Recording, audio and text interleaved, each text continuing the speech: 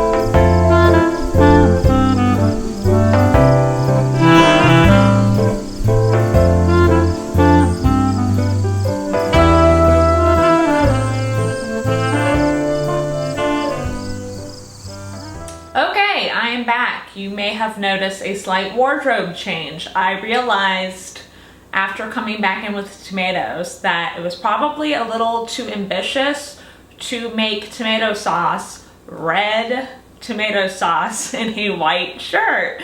Also, putting the hair up is always a good idea while you're cooking, right? Get it out of the way, make sure it doesn't get anything. So I am back with roughly 5 pounds of delicious San Martino Roma tomatoes. So this recipe today is going to be using a food processor. If you have a food mill, that works too. The food mill just separates the skin from the seeds. If you're going to be using a food processor like we are today, I'm going to show you a very simple, easy trick to getting the skin off really easily. So the very first thing you want to do is you want to wash off your tomatoes, and then what we're going to do is we're going to get some boiling water going. So just come over here,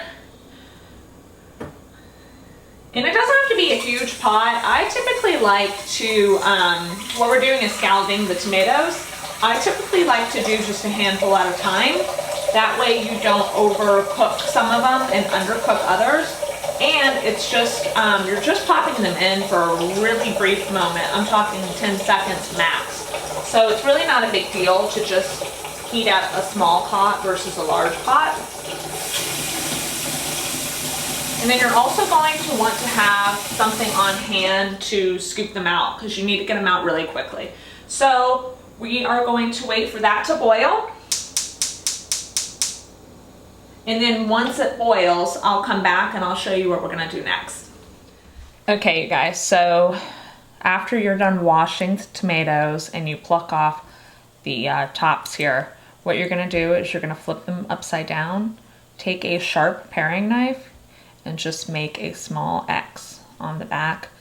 Try not to go too deep. We don't want boiling water seeping into our tomato. So just like that. Now, one thing I'm going to show you is if you do have a tomato that has a blemish like this, don't worry about that right now. Score it, and then once we're done peeling it, we're going to cut that out. What happens is if you cut it off and then you put it in the scalding water, you're going to get a lot of water in that tomato, and you don't want your sauce to be watery. Okay, you guys, the water is just beginning to boil. And I've got some tomatoes here, and I'm just going to show you how quickly they scald and what happens when you scald them after scoring the backs. So I'm just...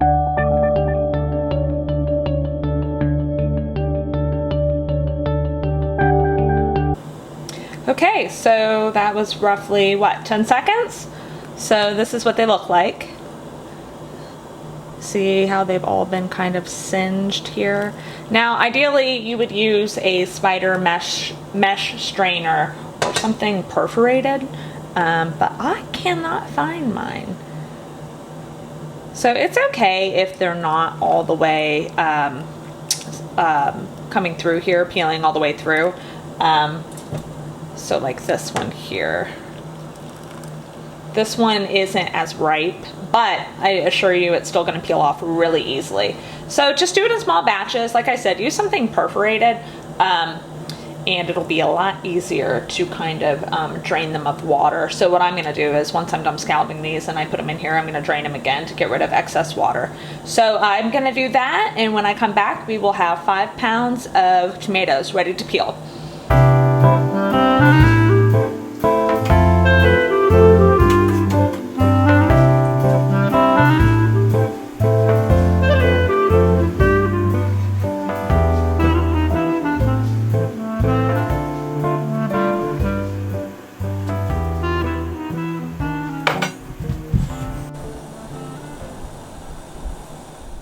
Okay guys, so I figured I would do a close-up of how I de-seed these. It's a pretty simple thing to do. For the tops, these are hard, they have no flavor. You do not want that in your sauce. So I like to take a paring knife and just cut it out first. And then I take my chef knife, cut it from top to bottom, open it up. Now what I'm gonna do is I'm gonna grab the seeds and that white core, which also has no flavor and is rough, right out of there, and I just pull it right out.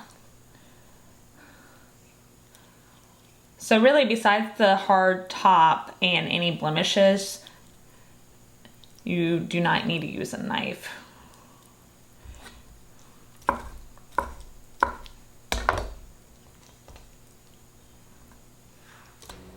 Okay guys, we've got the tomatoes all chopped up, de-seeded, and they are now ready to go into the food processor. So I like to do a little bit at a time. You want to make sure that you don't overpack it, because then what will happen is the bottom will get nice and blended and then you'll have chunks left up on the top. It's just going to be all uneven. So I do about roughly this amount. And I like mine nice and silky, so I typically blend it until there's no chunks left.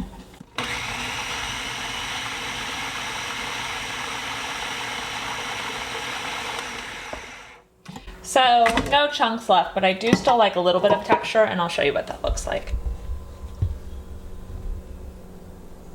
So there is still a little bit of texture, but for the most part, it's nice and smooth. Okay, so now that our sauce has been pureed, we are going to start cooking it.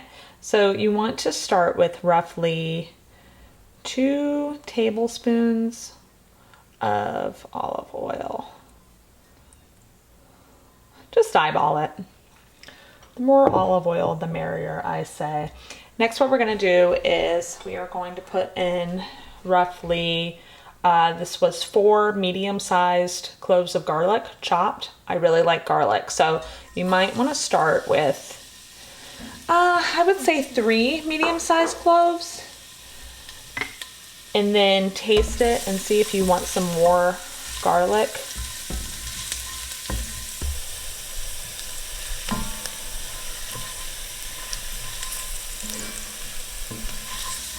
Okay, so we're going to simmer this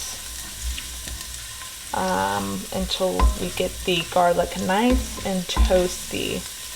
And then once we do that, we're going to add some red pepper flake. Okay, the garlic is looking and smelling amazing. So the next step is going to be a couple of healthy pinches of red pepper flakes. Don't worry about it being too spicy. The tomatoes can handle it for sure. So we're just going to stir that up for about 30 seconds. And then once this is nice and fragrant, we are going to add the tomato sauce. And then really there's only a couple more steps until we're completely done. Okay, that is looking pretty good to me. So we're going to add in all of this beautiful tomato puree.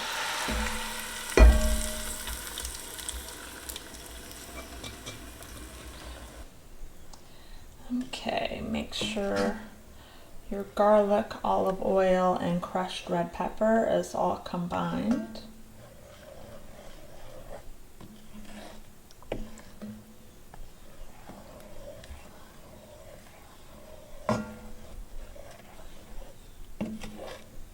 And then what you're going to want to do is add roughly 2 tablespoons of kosher salt. Now, you can also adjust this to your taste. I like a lot of kosher salt. So maybe start with 1 tablespoon and then go up from there.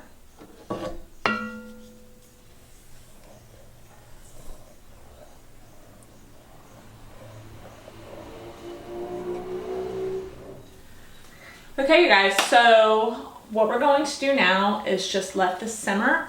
And basically we are going to let it simmer until all of the raw tomato flavor has dissipated.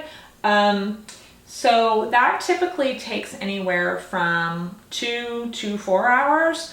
Just taste it along the way. If you want a brighter, fresher tasting tomato sauce, then you can cook it for a little bit less time than I do. But for the typical amount of time, we do want to cook it from anywhere from 2 to 4 hours.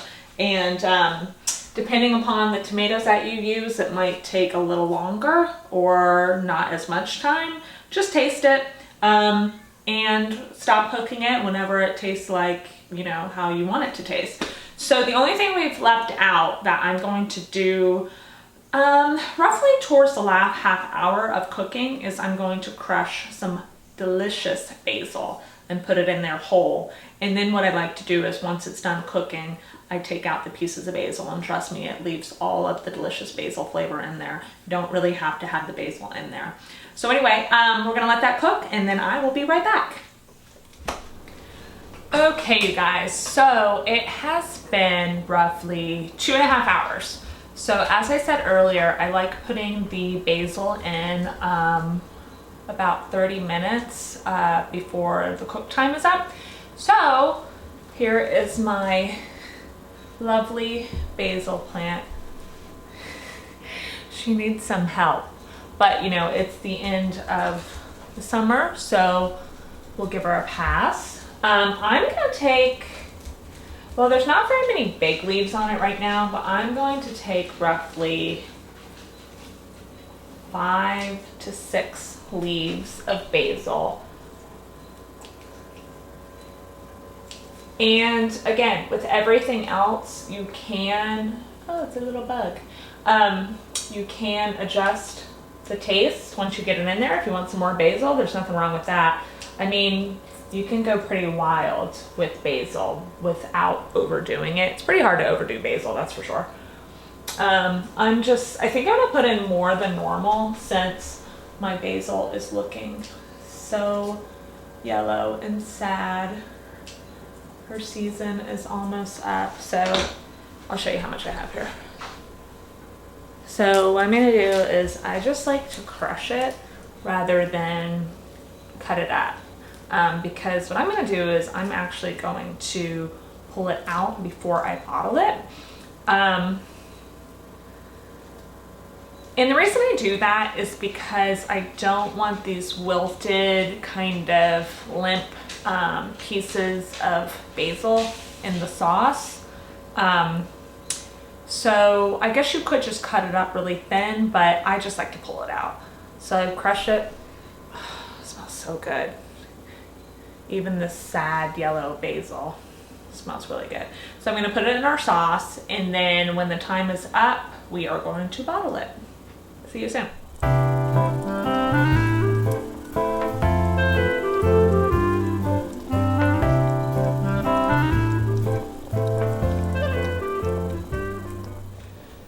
Okay, you guys, time's up. Sauce is ready to go. So I just recently picked up these bottles that I like from TJ Maxx. I thought they were pretty appropriate too, considering they are made in Italy. You can properly sterilize a jar and bottle it so that it lasts a really long time using, you know, a canning method.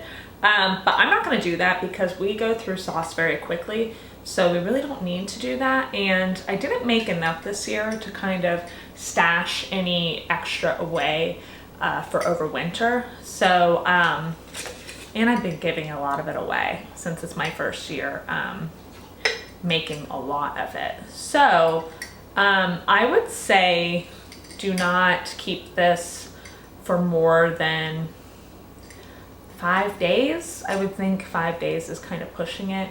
But yeah, any longer than 5 days and it's not going to be delicious and fresh. So you want to eat through it pretty well. If you aren't going to go through a couple of jars of sauce within 5 days, then you definitely need to look into canning it for sure. So that's it. I'm going to show you the finished product. It is so good. It's just such a simple, delicious ingredient, the humble tomato.